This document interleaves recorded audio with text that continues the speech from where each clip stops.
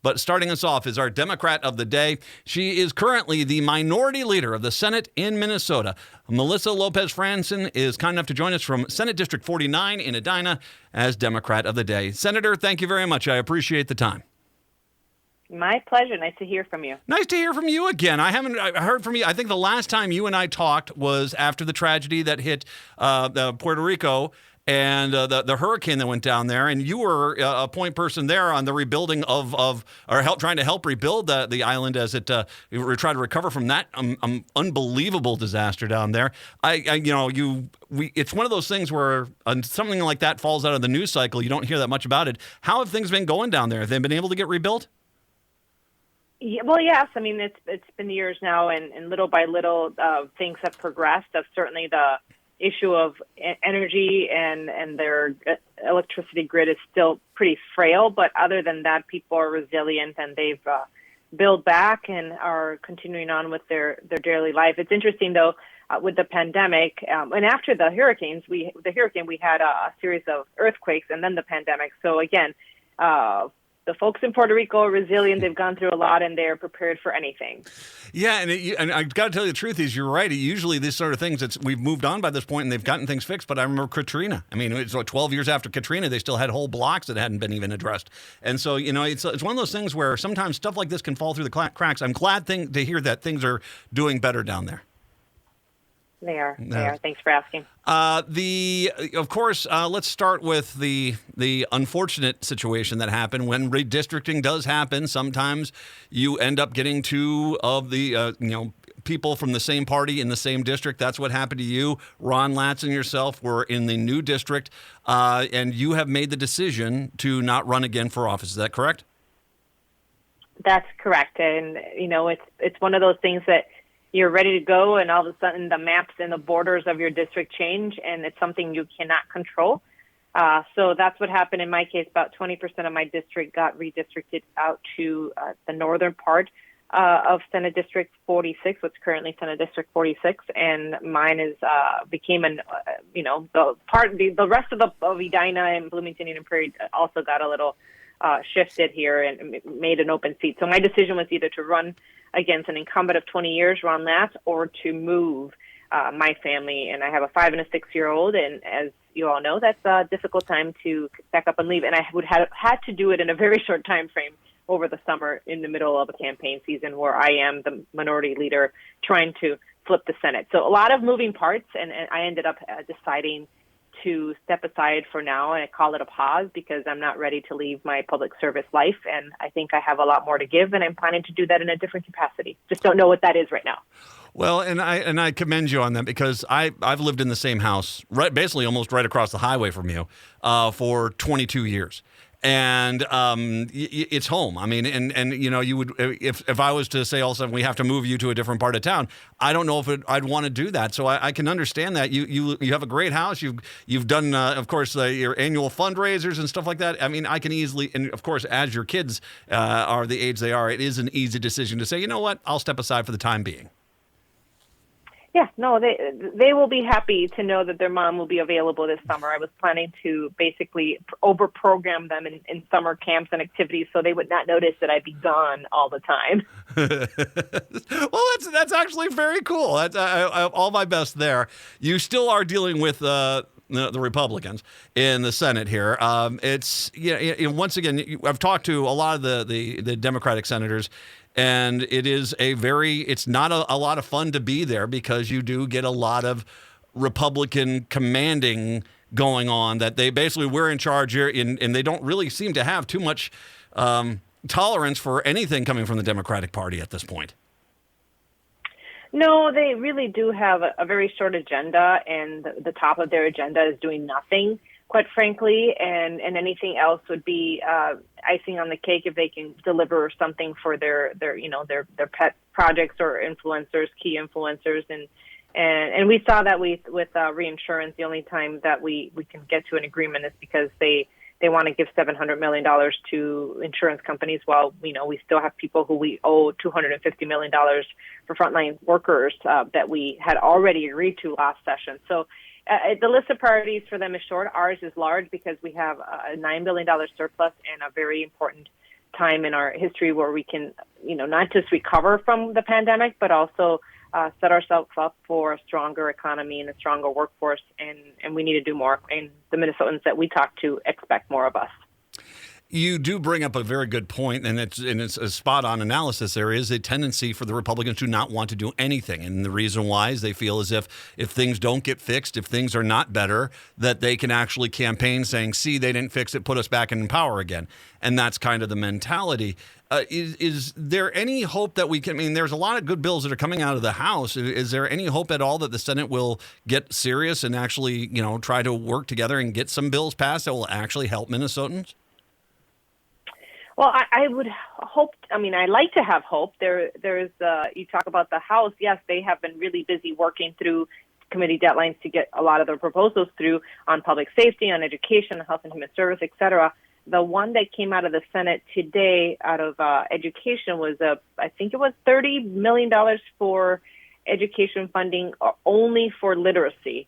And we see that as a missed opportunity where we have to support our families, our teachers, and our students, and first and foremost, our students with good wraparound services, whether it's mental health, whether it's just the support they need to catch up from the 2 years of pandemic that they've been in a hiatus. And yes, literacy is important, but socialization that they've missed is a key part of that, and we need to make sure that we support our teachers, our schools, and our parents and our kids. What would you like to? I mean, obviously, we can look at your district specifically, but as well also for the state as the minority leader in the Senate. What would you like to get passed this session? Well, our caucus, as the Senate DFL caucus, our first priority is make the promises that we keep the promises that we made for frontline workers. And as we know, back in the end of session last year, around June, we ended up with a $250 million commitment, which we have not funded. But we also know the same frontline workers that supported us in the beginning of the pandemic also went on overload in the Omicron pandemic phase. And that was just this winter where our hospitals were overflown, and nurses and other providers and other folks in the front lines of this pandemic have shown heroic work, have earned. And really, we should not only commit to funding that, but also expand it to all the workers that we were leaving behind, because we did not know that we would have a $9 billion surplus today. So that's number one. Number two, I would say that the pieces of public safety that we know our communities need, and need violence-free streets, and our kids need to be back on the right track and not committing crimes that we're seeing in our communities. We need to support them. So again, that's why I think the education piece goes hand in hand with what we want to do in public safety. We certainly want to support our law enforcement. We also want accountability. So public safety is also one of the top things that our caucus wants to do, but we want to do funding and some accountability measures that we have left on the table, especially when we talk about no-knock warrants that are still being in the front line of what we've seen in the last few months that has they need attention from us.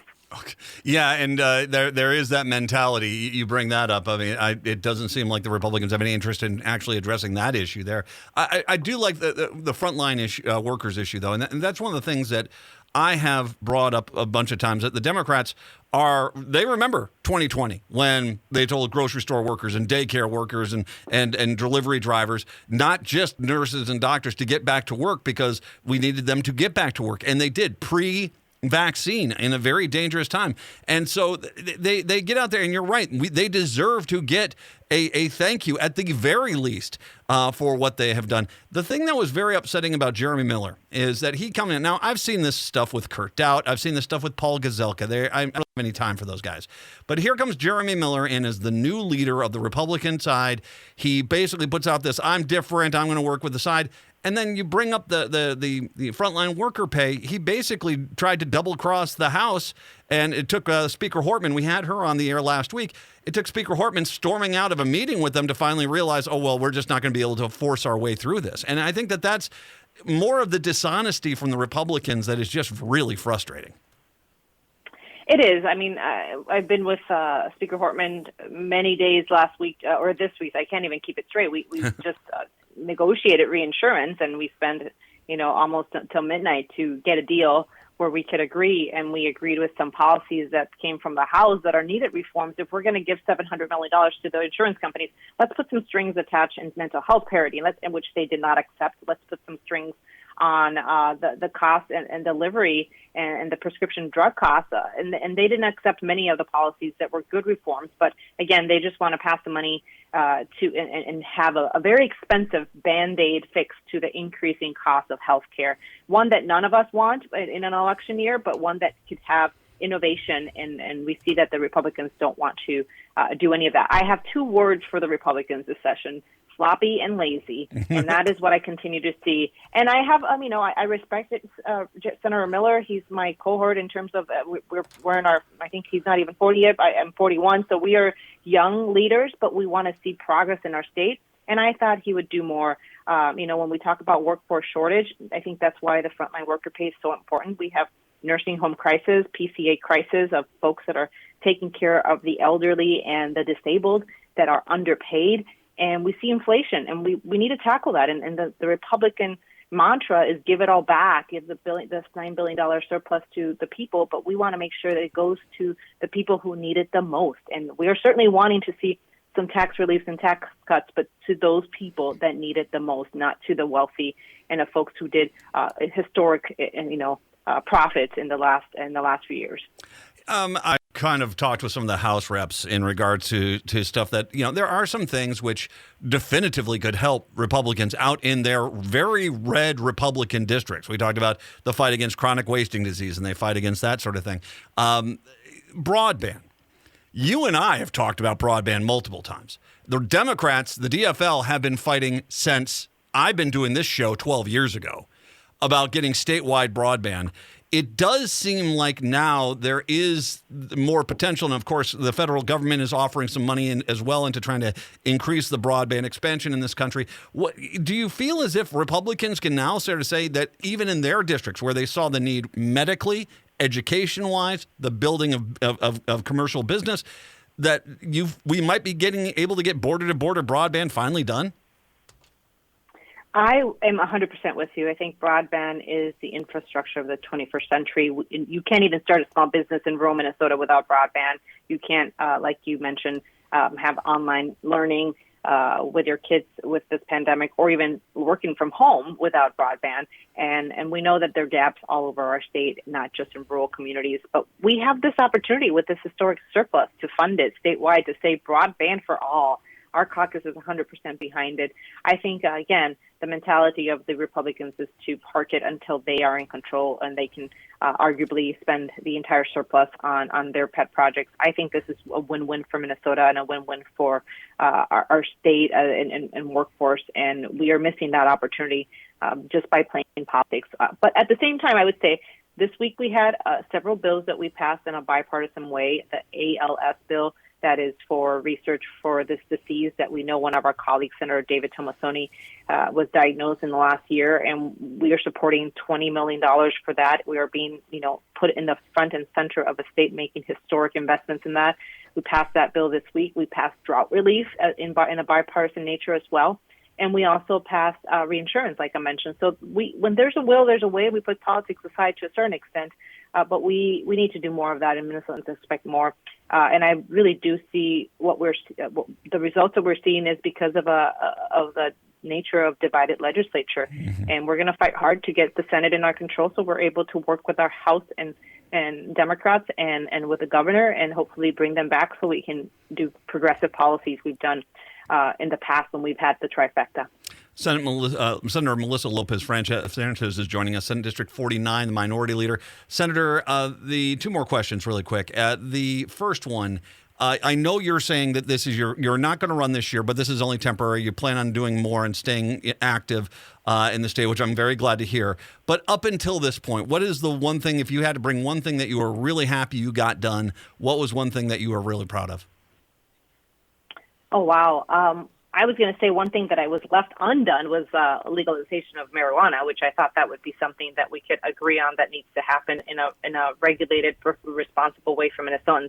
But things that I have gotten done, there's lots of things I've done that will never hit the media that are different circumstances and issues that we've been able to help our constituents, whether it's help them through a crisis in mental health and letting them go through helping them navigate the health and human services complexity, or whether it's I have stories of constituents that literally we've helped keep housed.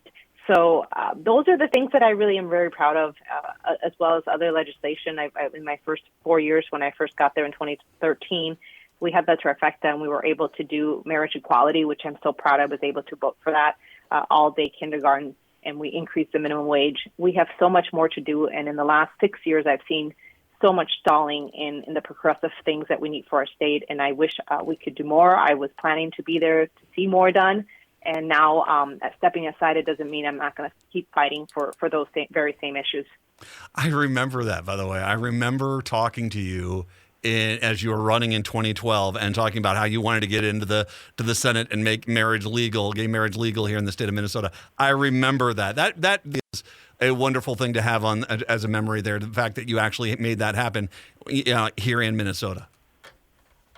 Yes, absolutely. And many more progressive policies and things for our constituents, like one bill in particular that was after a tragic death of a constituent of 7-year-old Sophia Beckler, who died of carbon monoxide poisoning in a boat. We were able to pass the very first in the nation law to require carbon monoxide detectors in boats of certain sizes with cabins to prevent that from ever happening again in our state. Final thing here, Senator. You talked about winning the Senate for the DFL. I've looked at the map. I've seen the redistricting map. I've done the numbers. There are, pretty much 29 safe Senate districts in Minnesota where the DFLers, they run a good campaign and work really hard. They should win those seats. Well, it doesn't take a rocket science to realize there's not many more seats you need, including, I think there's 2 or 3 around the metro area that are a little more toss-up. You got Rochester, Mankato, St. Cloud, Duluth, Moorhead. There is a decent chance with this new redistricting map that the DFL could pick up this Senate this election. I'm very optimistic. We'll send our numbers out for fundraising numbers out in just a few days, I think hours, if you will. We have historic fundraising numbers. People are behind us. We're investing early in races. We're recruiting early, and we have quite the machine already working in the conventions in different districts to support our candidates to flip the Senate, and we're really invested early. So for those of us who are politics and policy junkies, we need your help. Fundraise, help us get to the majority. We need your help door knocking. We need your help making phone calls. We're going to do it, and I feel very confident that we are just well positioned as the Republicans in terms of the map, but we are certainly better positioned in terms of our operations that we have in place right now. And this is usually the point where I drive them to your page, but since you're not running in, I'll drive everyone to dfl.org. That's dfl.org. They have a list of all the candidates. Find your candidate, help them. We've talked as Democrat of the Day to a lot of people running in some of these toss-up districts. You can get out there and help them as well. That's dfl.org. Senator Melisa Lopez Franzen. Senator, thank you very much. It's been an absolute pleasure chatting with you over the years. I do hope you do run again. I do hope to get to see you in St. Paul in some capacity, because you are a fantastic leader, and I've really appreciated your work for the state. My pleasure, and just stay involved is what I would say to people, and whether it's elected office or in your community in one way, shape, or form. We need you. Thank you. Thank you very much. Senator Franzen, Senate District 49, Democrat of the Day. Yeah, unfortunately, because of redistricting, making the decision not to run again, but she's been an absolute gem in St. Paul. Senator Melisa Franzen, thank you once again. We'll take a break. Come on back. I'm going to touch a little bit on what she was saying about getting out and helping out, because this is a year that the DFL can win. It's the Matt McNeil Show on AM 950. Move under my